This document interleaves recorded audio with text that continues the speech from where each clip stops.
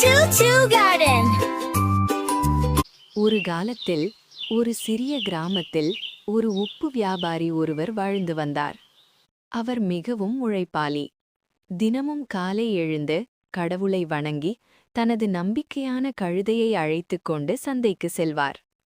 அந்த கழுதை பல ஆண்டுகளாக வியாபாரியுடன் இருந்தது. அது சற்று சோம்பேறி என்றாலும் வியாபாரி அதை மிகவும் நன்றாக கவனித்தார். நல்ல புல், சுத்தமான தண்ணீர், போதுமான ஓய்வு எல்லாம் கொடுத்தார்.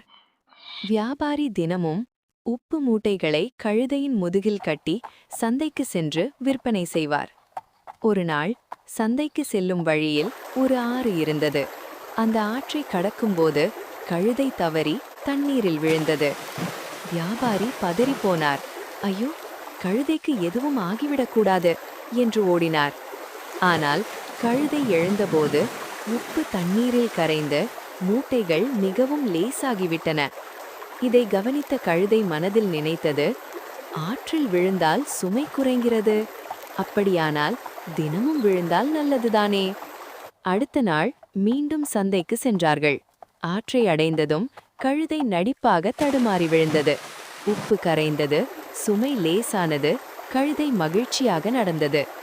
இப்படியே 3ஆம் நாள், 4ஆம் நாள் தினமும் கழுதை ஆற்றில் விழ ஆரம்பித்தது. வியாபாரி முதலில் கவனிக்கவில்லை. ஆனால் சில நாட்களுக்கு பிறகு அவர் நினைத்தார், ஏன் தினமும் இதே இடத்தில் மட்டுமே கழுதை விழுகிறது? இது விபத்தா இல்லை ஏமாற்றமா? வியாபாரி கோபப்படவில்லை. அவர் புத்திசாலி. அடுத்த நாள் உப்பு மூட்டைகளுக்கு பதிலாக பஞ்சு மூட்டைகளை கட்டினார். கழுதைக்கு இது புரியவில்லை.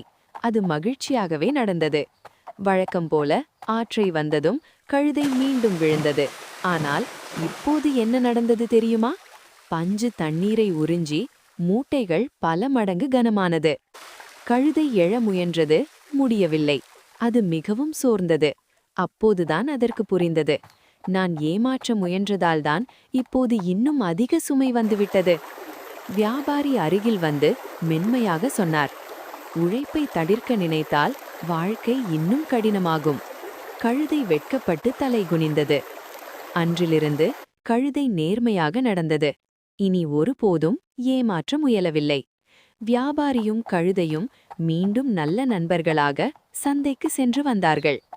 நீதிக் கருத்து: ஏமாற்றம் தற்காலிக லாபம் தரலாம், ஆனால் இறுதியில் அதிக துன்பத்தையே தரும்.